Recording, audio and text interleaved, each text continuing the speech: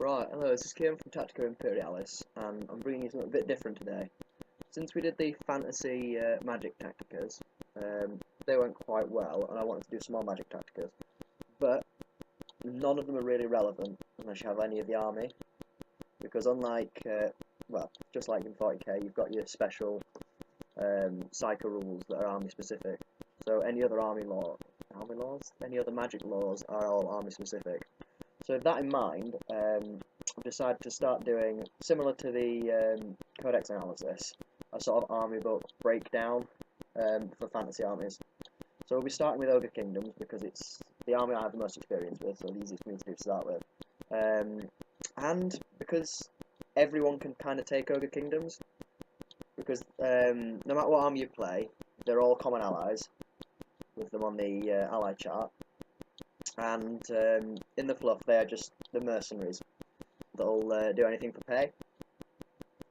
So it's kind of the easiest for me and the most relevant for everyone, obviously, unless it's a specific army, because everyone can ally them in, and they've all got something quite useful to ally in. So I'm going to go through in a very similar manner to the 40k versions we do.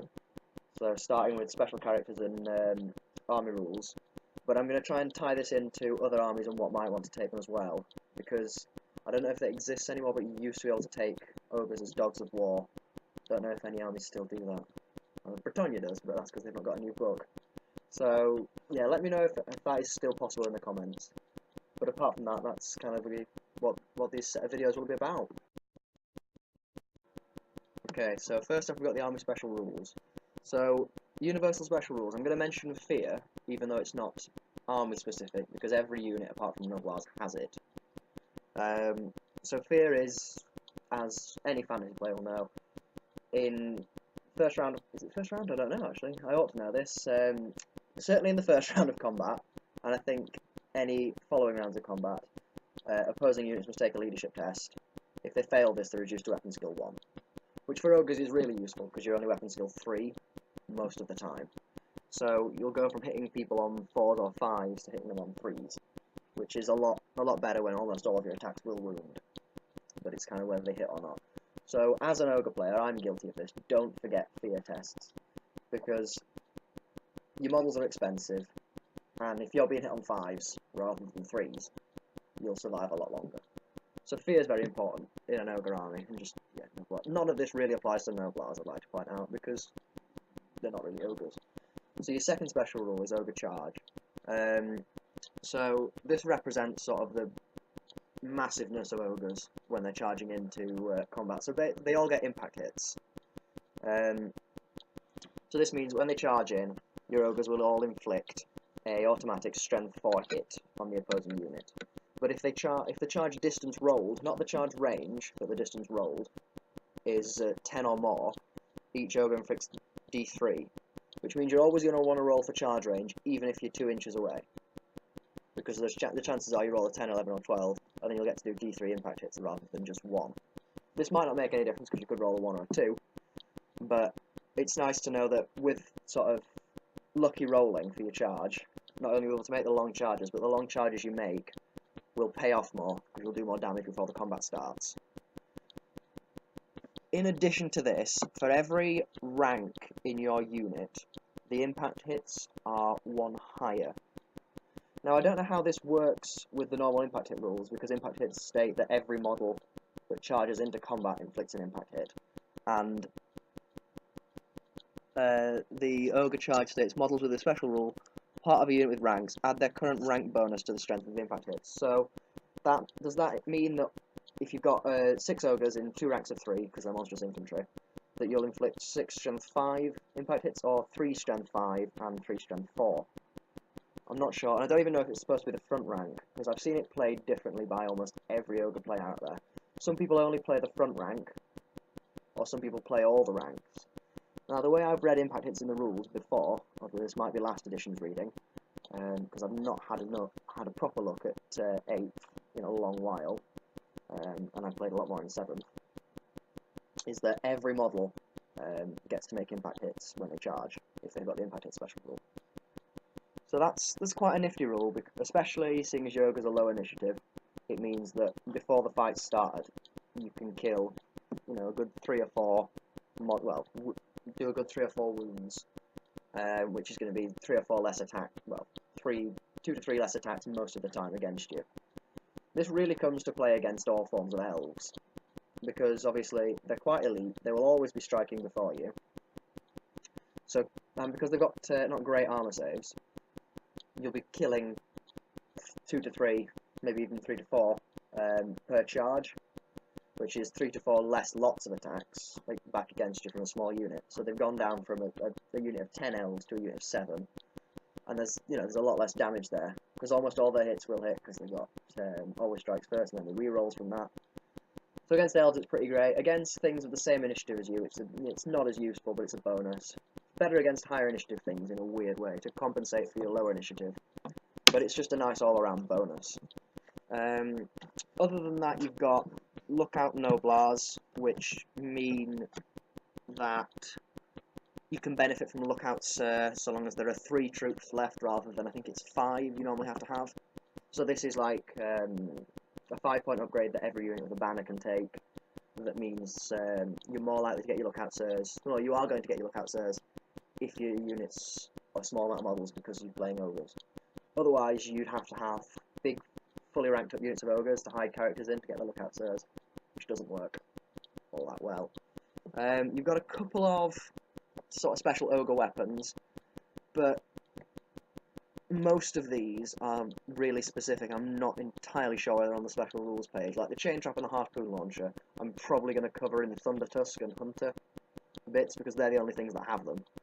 So they're not that useful. Ogre Pistols, however, are essentially Empire handguns. So 24-inch range, strength 4, armor piercing, except they aren't move or fire now. They're quick to fire because they're fired like pistols, which means they can always be shot on the move. They don't suffer for penalties for shooting at long range, and they can always stand and shoot. And then you can take a brace of Ogre Pistols in the same way you take a brace of pistols, which is exactly the same with multiple shots, and can be used as 2-hand weapons in close combat. There's also some clarification on bellowers and musicians that basically says, whenever it says a bellower, it's just a musician. So if I say bellower at some point in this, that's just an ogre version of a musician. They're not great musical. And that's about it for special rules. So yeah, Fear, Ogre Charge, which is the impact hits. Oh, Iron Fists as well. That is quite a useful rule. Ogres can take Iron Fists, which are essentially shields, and they get parry saves from this. However, Iron Fists are slightly better than shields, in that you can still get your parry saves when mounted, because apparently you can't get parry saves when you're mounted, on account of you getting a better armor save for being mounted. But ogres get both, because they're ogres. Which, you know, is another nice bonus, although it doesn't really add much. I suppose it gives you Mournfang Cavalry a 6+ save, a 6+ ward in combat, but that's it, because you've only got 1 lot of cavalry. Not game-changing, but again, Iron Fists are shields, in the same way bellowers are musicians. So, special character-wise now, the first special character I'm going to do is Greasus Goldtooth, who is the head tyrant, lord, bloke of the Ogre Kingdoms. He's got the biggest tribe, and he's supposed to have sort of sat on a greater demon or something and killed it. Yeah, he's quite fat, and his rules definitely show that. So he's toughness 6. He's got 6 wounds because he's morbidly obese. Strength 5, but that doesn't matter because his magic weapon makes him strength 10. However, he only has 3 attacks, and he doesn't have the Ogre Charge special rule. It also gets slightly, you know, that seems great, but he's only got 3 attacks. He does have a leadership of 9, and he does cause fear. But that's about as good as it gets for him. He is, let me check his points cost. He is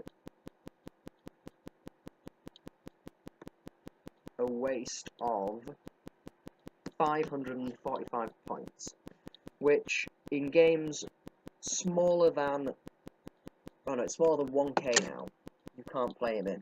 Although your Lord's allowance has been upped to 50%, you can only play him now in a 11,000 point game, which no one does. So until you get to 1.5k, you can't use him.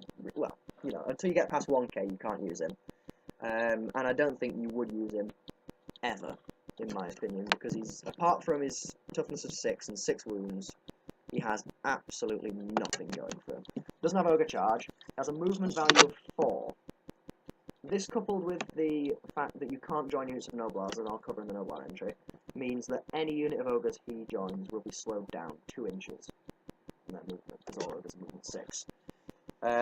He does have some interesting special rules, but they don't justify the extra 250 points above a normal Tyrant, which is better because it can move faster and has more attacks. 1 less wound, 1 less toughness, more attacks, higher movement, and half the price. So you can have 2 Tyrants, and they will do a hell of a lot more than Greasus. Although, everyone has their price as a special rule of his, which is quite interesting. So at the start of each turn, you can nominate D3 enemy units within 8 inches of him to receive stupidity for that turn.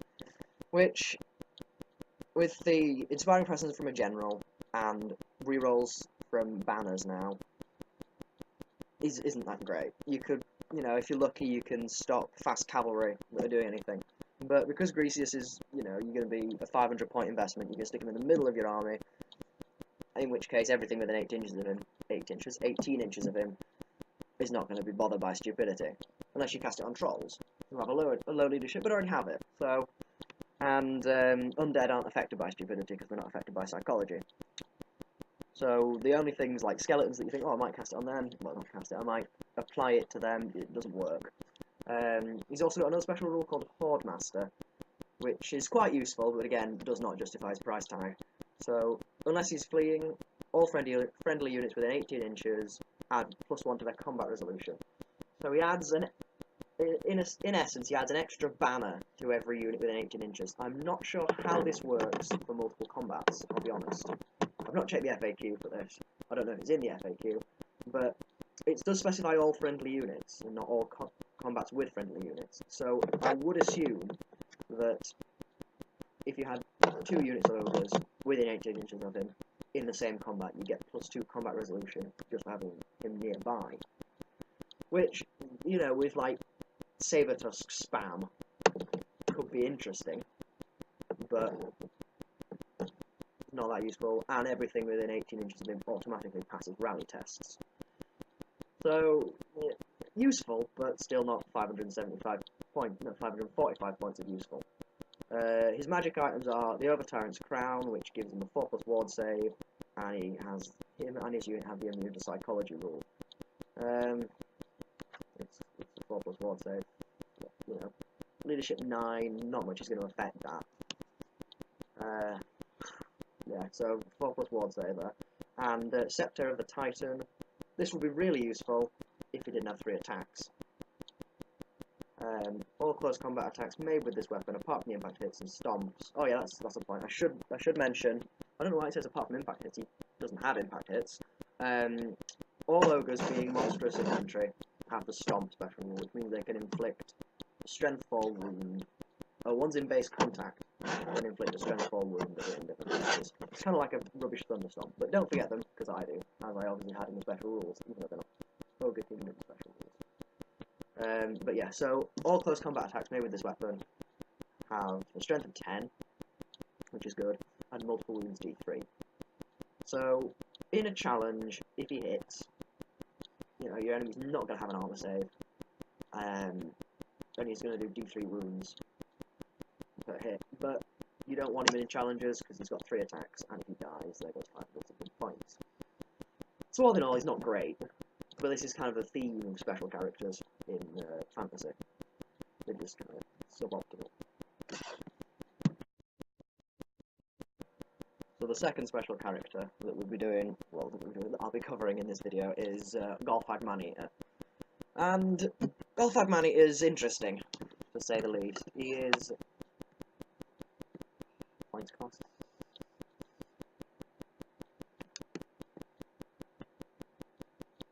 He isn't a Lord choice, he is a hero choice, and he costs 260 points. This is slightly annoying, because, again, 25% of your normal 1k game means Golgfag Maneater can't be used until you hit just over 1.1k. So, yeah, a bit annoying. He has the same stat line as... better than a bruiser, really? Yeah, he's got one more attack than a bruiser, and a slightly higher ballistic skill. So he is... I'll just scroll back.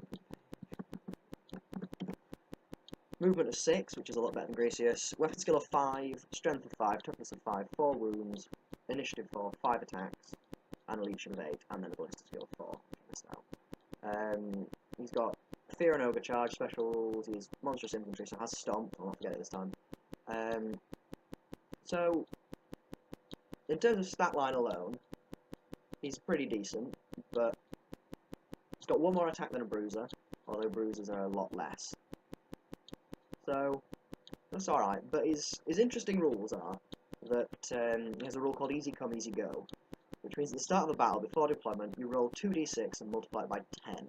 You can spend that many points on magic items, which makes him a bit of an interesting investment, because for his 260 points, if you roll averagely, you get 70 points worth of magic items, which makes him 190 points basic, if you think about it, because you get to spend those other 70 points customizing him. If you roll well, however, he can cost you about, he can cost you 140 points if you get 2 6s, or you can end up with 20 points to spend on your magic items and have, kind of almost a waste. So it's a bit iffy, but because it's 2d6, you are more likely to get a 7 than any result, which makes him quite worthwhile. And there's a lot of combinations you can do. I'm not going to go into them all, partly because I don't have the time, and partly because I don't have the rulebook magic items on me at the moment. However, you've got to remember is the normal restrictions on choosing magic items apply. So you can't take any of the wizardy ones, which names I cannot remember, and you can't equip him with 2 of the same type of item. Also, if you take a magic weapon, he loses his additional attack. So he would normally have 6 because he's got 2 hand weapons. He'll lose that for taking an additional, for taking a magic weapon.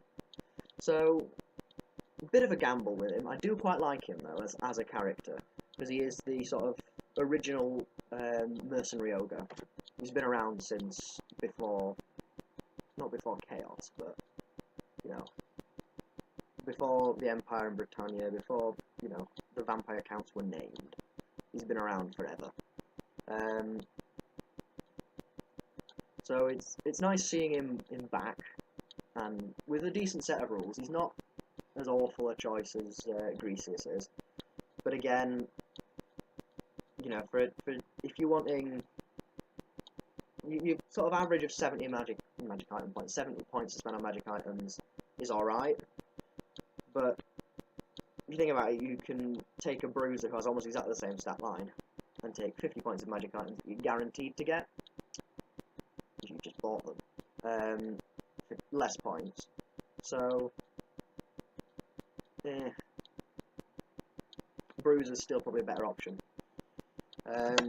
He's got another special rule, but this doesn't really, unless you're playing a mercenary army, I suppose, which I did say I would cover, it's not a great bonus. So it's called Golgfag Maneaters, and this is nothing to do with him, which represents the unit of man-eaters that he goes around and travels with. So, it's not like other special characters that have their own named unit where you have to take the unit. This is an optional thing, and you can, even if you take a unit of man-eaters and you take Golgfag, you don't have to make them Golgfag Maneaters. They can just be some normal man-eaters.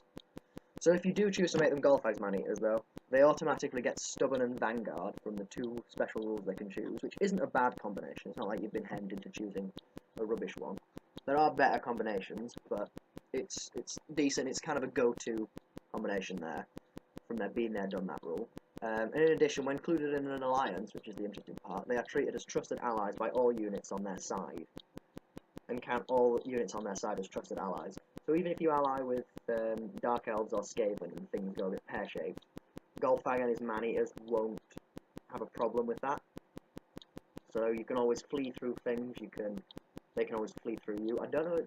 No, it doesn't. You can't join characters to their unit, however, because it does state that if your army includes Golgfag man-eaters, then Golgfag must be set up with the unit and may not leave it. No other character may join the unit.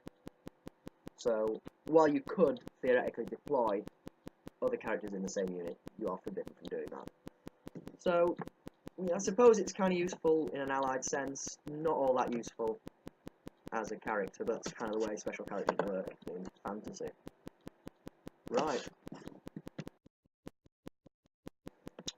So, next character, Bragg the Gutsman. So Bragg is almost worse than Greasius, from what I remember. Let's have a look. So Bragg costs 210 points. Oh, back to Golgfag Maneater, a bruiser costs 105. So Golgfag costs twice that of a bruiser for having one more attack. But anyway, Bragg the Gutsman, 210 points, has exactly the same stat line as a bruiser, although his weapon gives him +1 strength. Yeah, so he's movement 6, weapon skill 5, ballistic skill 3, strength 5, 6 in brackets because of the weapon he's got, toughness 5, 4 wounds, initiative 3, 4 attacks, and leadership of 8. So, for that, you get Frenzy. Okay, so you get one more attack and immune psychology. You're immune. Oh, that's the wrong guy. Sorry, that's Scrag. Thought that was a bit decent. No, you get Fear and Ogre Charge, and that's it, special rules wise. So, you pay 105, 210, double the price of a normal Ogre Bruiser for one magic weapon, which is the Great Gut Gouger. So if you're taking point values into account, this magic item is 105 points. And it is a magic weapon that requires 2 hands. When fighting with the Great Gut Gouger, Bragg's close combat attacks are at +1 strength, making him strength 6. While Bragg is involved in a challenge, he gains the heroic killing blow. And if Bragg slays his foe in a challenge, any enemy unit in base contact with him are disrupted. This means they don't get rank bonuses, I don't think, which means they lose steadfast, most importantly. So, you are paying 105 points for heroic killing blow in challenges, and +1 strength, and magic, I suppose. Well, magic attacks. So, yeah, just don't. I'd say unless you want to be fluffy with him, but the fluff's not very interesting. It mentions a sort of period in which there was like a ogre war, sort of like a civil ogre war, but you know, that's kind of interesting, but it doesn't really have any rules that reflect that. It doesn't have like a causes terror in Ogre Kingdoms or hatred Ogre Kingdoms. So yeah, he is perhaps the worst named character I have seen ever. So yeah, just don't take him unless you like the model, in which case use it as an Ogre Bruiser with a great weapon and a hat. I don't even like the model, but I understand that some people might, because it is quite a nice model. But just, yeah, don't field him as Bragg. Right, so now we've got Scrag the Slaughterer. And Scrag is the only named wizard character the Ogre Kingdoms have. And he does pretty well for it, although, again, he's overpriced for what he does. So he is 445 points, which is a lot. You know, second most expensive model in the Ogre Kingdoms army book, being only more expensive, out-expensed by Greasius, who's, as we've covered, is useless. So for 445 points, you get a level 4 wizard that uses the Lord of the Great Maw. Doesn't know all the spells, still has to randomly generate them, so bit naff there compared to other wizard lords in other codexes. Codexes, army books, bleh. Although movement 6, weapon skill 5, ballistic skill 3, strength 5, toughness 6, 5 wounds, initiative 3, 4 attacks, and leadership 9. Combat Lord stats for any other army. So he's also frenzied and has 2 hand weapons, meaning he should have 6 attacks normally. He's immune to poison, which I will cover in Slaughter Masters and Butchers, because that's what they've all got that rule. I think it's just poison attacks don't work on them, but there might be more to it than that. He's got Killing Blow for some reason, Ogre Charge, and he causes Terror, which is, you know, quite a useful ability. Magic item wise, he's got the Cauldron of the Great Maw. Now this is kind of a bit iffy, because he's a Wizard Lord, so he needs to be casting spells to earn his points. But because he's got 2 hand weapons frenzy, so he's got 6 attacks, and his magic item only triggers on deaths he caused in combat, he wants to be in combat as well. So you're kind of paying 450-ish points for a model that's not really sure what to do, which isn't what you want to be doing. So anyway, this the Cauldron of the Great Maw confers bonuses to Scrag and Gorges dependent on how many models he's killed in close combat. Models killed by spells don't count, and models killed that were caught fleeing don't count. However, stomps and impact hits do count, or it's not specified that they don't count. So roll Scrag, stomp, and impact hit separately from the rest of the unit if you're using him. So after one model has been killed, Scrag gains regeneration, which is quite decent because it doesn't give him a ward save, which the rest of the character, I suppose the only named character that doesn't have one is Bragg, but you're not going to be taking him anyway because he's not very useful. Golgfag can at least buy a 6+ no matter what he rolls, and Scrag gains a 4+ after killing a model in combat, although it is regeneration, so flaming attacks will stop that. Gorges also, all the ones that haven't entered the board via ambush do so in their next turn, so that's as soon as you kill the model in combat with Scrag. Once you've killed 5 models or more, Scrag and all Gorges gain 1 attack, which is kind of useful. Once you've killed 10 models or more, Scrag and all Gorges gain Hatred, which is rerolls to hit and to wound in the first round of combat, I believe. And then once you've killed 15 models or more, which is almost, it's quite difficult with a Wizard Lord to kill 15 models in close combat. Scrag becomes unbreakable, which is, yeah, it's alright, but he's leadership 9. And all Gorges gain regeneration, which is really quite useful because it's models that don't have a save normally suddenly gaining a 4+ ward save. So, quite useful. He does also allow Gorges to be taken, I believe, in...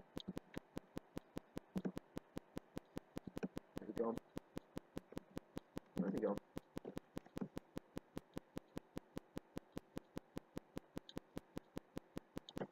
I've lost him. Ah, there he is. Yeah, Gorges have a unit size of 1 to 2, so you can take 2 Gorges in the same unit, and ignore normal restrictions of duplicate choices. Duplicate choices, I think, is you can't take more than 3, or is it 6?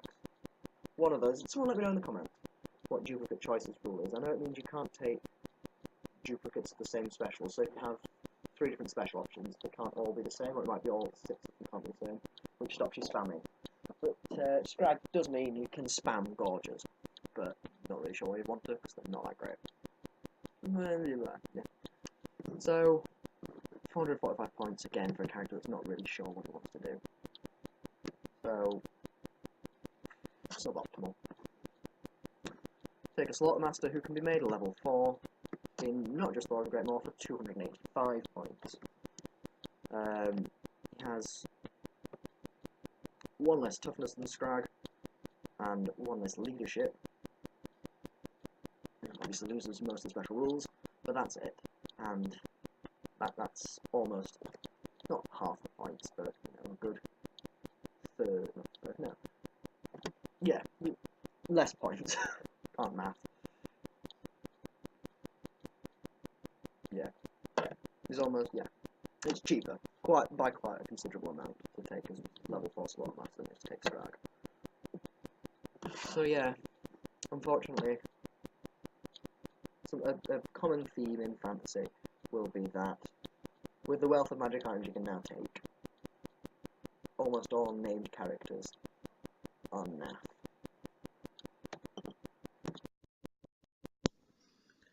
Hello guys, Michael here, just doing a little outro because Kieran forgot because he's a moron. Thank you for watching the video. Cut some slack on the audio. We are still trying new things out with Kieran's camera and recording, and I believe he was also painting at the same time, which is where that little disappearance came from, and possibly what some of the background noise was.